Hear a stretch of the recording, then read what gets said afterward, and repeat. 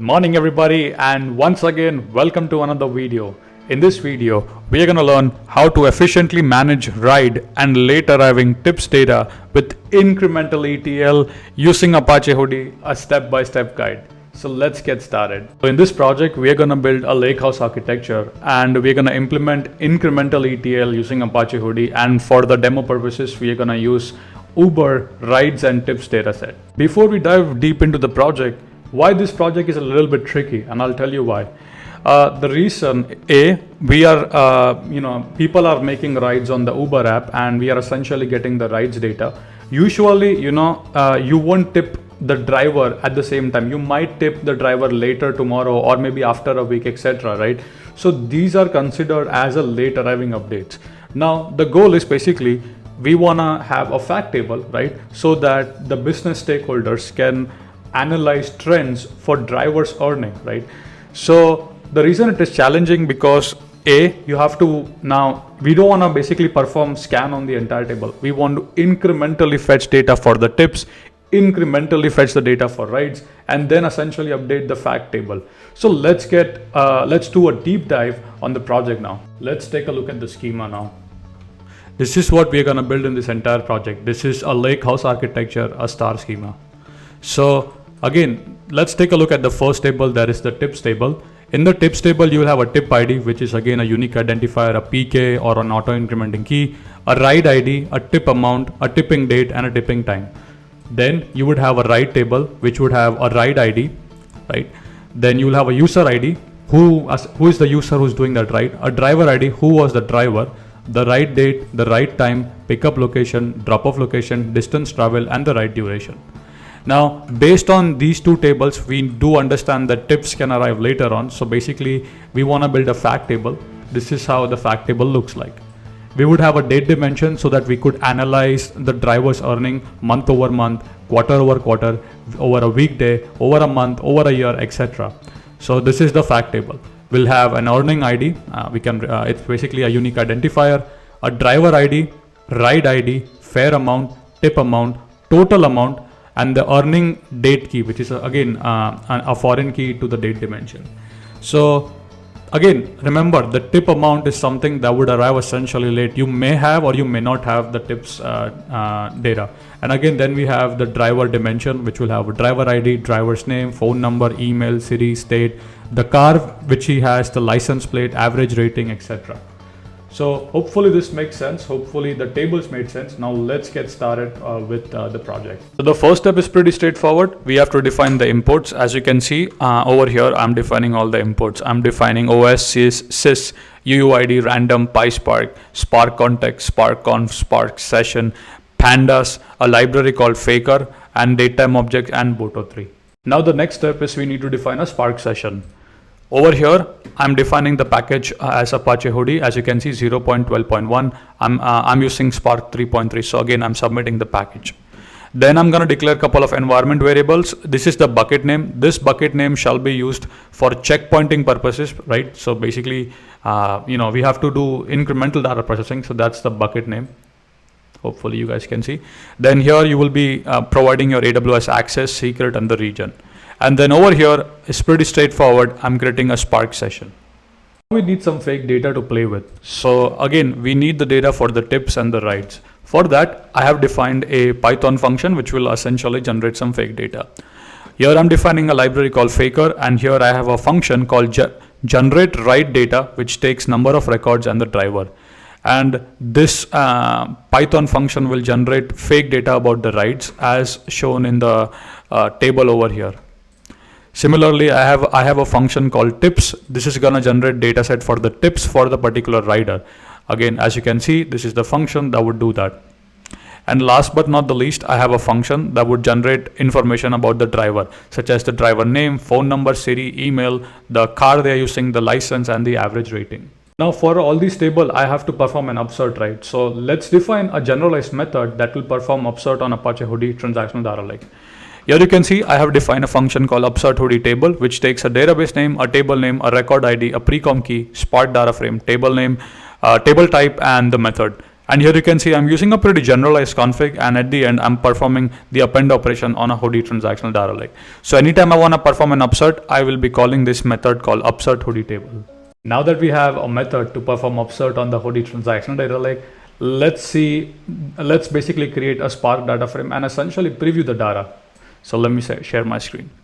Here you can see I have I'm creating a Spark data frame called rides data frame, and here I'm calling that fake Python generator class, right? And I'm essentially generating data. Here you can see on the bottom section I have a sample preview about the rides data set.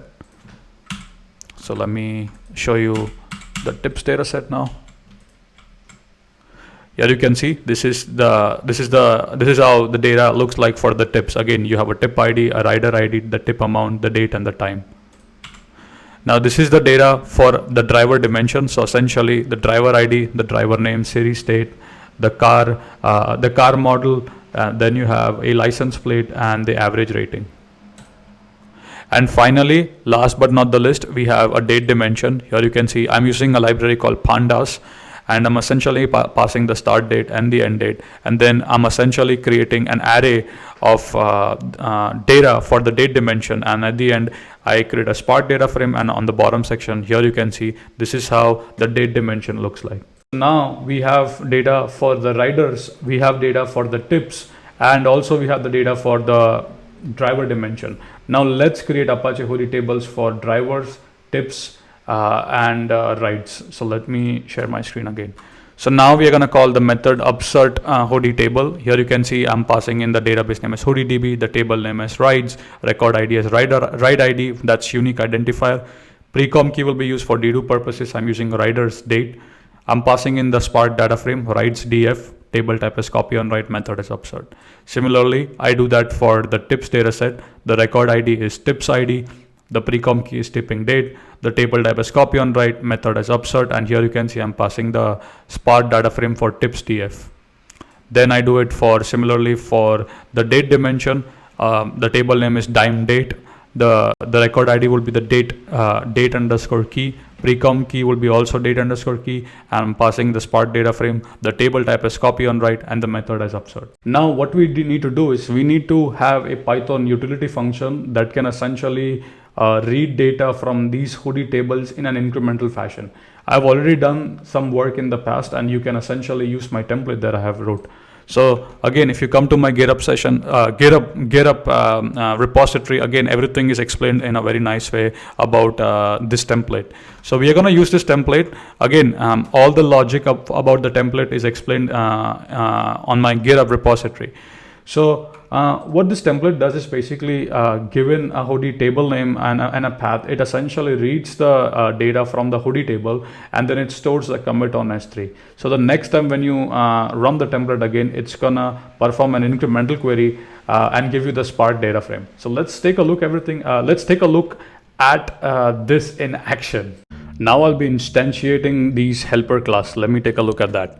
So here you can see I'm creating a riders helper, and I'm calling the Hudi incremental reader Python utility class. This takes a bucket name where you want to store your metadata or the checkpoint, the table name, the Hudi table name, which is rides, the path to the Hudi table name, the path to the Hudi data lake, and essentially the Spark session. Similarly, I also do that for the tips Hudi table. Now that we have instantiated the class, now we are gonna call the read method on that. So here you can see incremental rides df, rides underscore helper, which is the instance of the class, and we're gonna call .read method on that. And similarly, I do that on the tips data. Again, this class will return you, the read method will return you a Spark data frame. Now that you have done that, now what we need to do next is basically we gotta create a temp view so that we can essentially perform a SQL query and then insert the data into our fact table. So for this, the incremental data that I fetch from the rides table, I'm creating a temp view called rides. Similarly, I'm doing that for the tips, and then I'm also doing that for the date dimension. So now we have the temp view. Now let's essentially write the SQL query so we can essentially insert data into the fact table. So before we do that, I'll show you the SQL query. Here what we are doing is we are selecting from the rider table, we are selecting the driver ID, the ride ID and the fare. As you can see, now I'll switch here. So I'm selecting the rider ID, the driver ID and the fare amount. Then coalesces t.tip amount. So basically I am joining the rider table with the tips table on a key called ride_id. Okay. And then from the tips table, I'm saying, see, if you have the column called t.tips, get the value. If you don't have, initialize the value at 0. Now let me just give you a little explanation here. Because the tips are essentially a late arriving updates, so it is important to know that for every single ride you may or you may not have the tips. So essentially for the rides that I do not have tips, I'm gonna initialize them at a 0, because later on there can be late arriving updates which will update the fact table. I'll show you that process, don't worry. So for now, we said we try to get the tips amount. It's like a try catch. We say, okay, get the tip amount. If you don't get, set to default. The total amount, the total earnings for the driver for that particular day would be the fare, how much you paid plus the tip amount, right? And then we are essentially taking the date dimension key. So we can essentially join this with the date dimension and perform aggregates month over month, year over year, quarter over quarter. So pretty straightforward. On line number 13, as you can see, select date _key. So basically I'm selecting the date _ key from the date dimension, and the format of that is YYYMMDD. Let me see if I can show you. I think I do have it. Let me make sure. Over here, yeah. So I should be having that probably. So I'll quickly show you that. Again, everything is explained on my LinkedIn article pretty well. So here you can see that's the date _ key, right? So basically I'm selecting that, and then here I'm declaring the format. Now I'm essentially performing a join on the rider's date, right? So the rider's date will be, let me just see if I can show you that. Again, when you see things in action, it does make sense. So this is the date, right? And here I'm also defining the format. So I'm essentially joining these two tables. So now what I essentially have done, if I quickly go back to my diagram here, so I am selecting the data from the rights table. I'm selecting the tables from the tips table, and then also I'm essentially selecting data that I'm also selecting the date _ key from the date dimension, so that I can populate my fact table. Okay. And this is the output of that SQL query, right, that we wrote. So we got the driver ID, we got the ride ID, we got the fare, the tip amount, the total amount, and essentially earning _ date _ key, which is a foreign key for the date dimension. So if you observe, for this particular ride number 4, there was no tips again. So hence that has been initialized by the value 0. Again, a late arriving update later can come and essentially update the tip amount. We'll see that in action. Now that I have my Spark data frame, now I can insert this data into a Hudi fact table. Let's see the process. So again, I'm calling the method upsert Hudi tables, where I'm passing the database name, the table name is driver's earning. This is the fact table, remember. The record ID as a driver ID and the rider ID. I'm using a composite key, pre-com key as ride ID. I'm providing the Spark data frame, table type as copy on write, method as upsert. Now let's consider one of the most interesting case, such as late arriving updates into the tip table. Say a customer has now tipped the driver, and now this is considered as a late arriving updates. Let's see how we can essentially update the fact table for this. So I'm generating some fake data. This is again for the ride number 2 and driver number 4. Now this is considered as a late arriving update. So as you can see over here, this is the Spark data frame, how it looks like. The person has tipped $1.03, and again we are gonna now perform an upsert on a Hudi table, and then we are gonna pull this data using the incremental puller, and then we're gonna perform an update on the fact table. Let's take a look at the process. Just before we insert this late arriving tip into the tips Hudi table, I want to show you the fact table, how it looks like before that. Okay. So again, this is the fact table over here. As you can see, focus your attention on line number 8. As you can see, driver ID 4, ride ID 2, the fare was $28.86 and the tip is 0. Now this is the late arriving tip, which is $1.03, which we need to add to this base amount in the fact table, and then we need to update the total amount for this. So now that you have a clear idea, now let's perform the upsert for the late arriving tips into the Hudi tips table, incrementally fetch it, and then essentially update the fact table. Perform the upsert for the late arriving tips into the Hudi tips table. Now let me quickly share my screen. Again, here you can see I am performing the upsert. Again, I'm calling the same method upsert Hudi table, and I'm essentially passing that Spark data frame, that is late arriving updates df. Once we have that, now let's call the incremental puller. So again, as you can see, I'm calling rides helper.read and tips helper.read. This is gonna read incremental data. Now I do not have any ride data, but this time I have some tips data. So for the rides count, I'll see 0, but for the tips, I do have some new data. So let's take a look at that. So as you can see, this is the output of the following method. Again, as you can see, the template is resuming from the last process checkpoint, and it's gonna perform incremental queries for rides and tips. And here is the output for the count, rides as 0 and tips as 1, which makes sense because since I have inserted a new record into the tips, I was able to pull that incrementally using the template that I just showed you.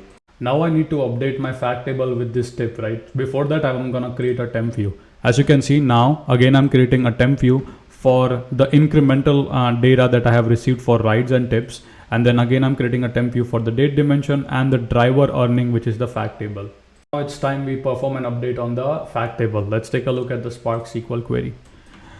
This should be pretty straightforward. Now I am selecting from the fact table, I'm selecting the driver ID, the ride ID, the fare.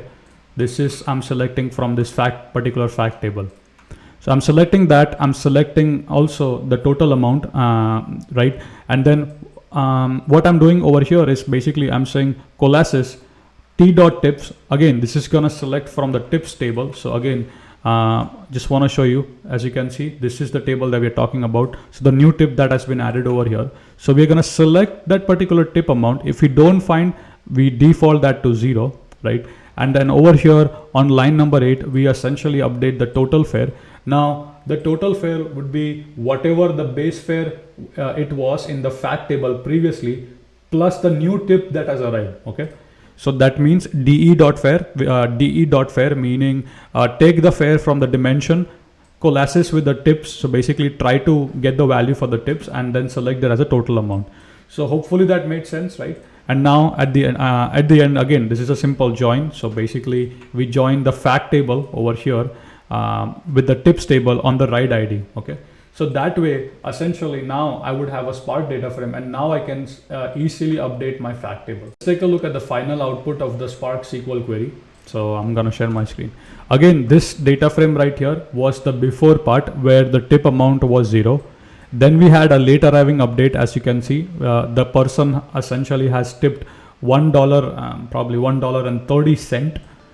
Then what we did is basically we performed that SQL query, and then we performed an update on the fact table. So the previous fare was about $28.86 the person paid, plus $1.30 for the tip. The total amount, the total earning for the driver is $30.16, as you can see. As you can see, with this approach, we were very easily able to incrementally read data from the tips and the rides, and then we were able to create our dimensions and fact. And for the late arriving update also, we were able to update the fact table in a much easier way.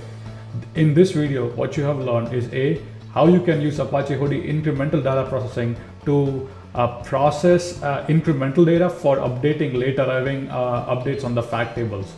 So I hope you have enjoyed the video, and if you have any more questions, please let me know. But not the least, we would like to express our sincere gratitude to Uber for their insightful article on Uber's Lakehouse architecture, which I pretty much found very, very informative. I'm gonna show you the actual link of the architecture. So again, here you can see this is the article, setting Uber's transactional data lake in motion with incremental ETL using Apache Hudi. They have explained all their use cases. They have also explained, as you can see, they have explained their late arriving tips, right? So again, they have explained using diagrams, and using this, I was able to understand the concept of incremental ETL in a very easy way. So thank you so much, Uber, for sharing such amazing insights with the community. And as usual guys, if you have any more questions or concern, please let me know in the comment section below. The complete Jupyter notebook or the code can be found on my blog section. The best way to learn anything is, I would say, try it out, spend some time, pause the video and definitely try this project out. With that being said, keep smiling, keep programming, and I'll see you in the next video.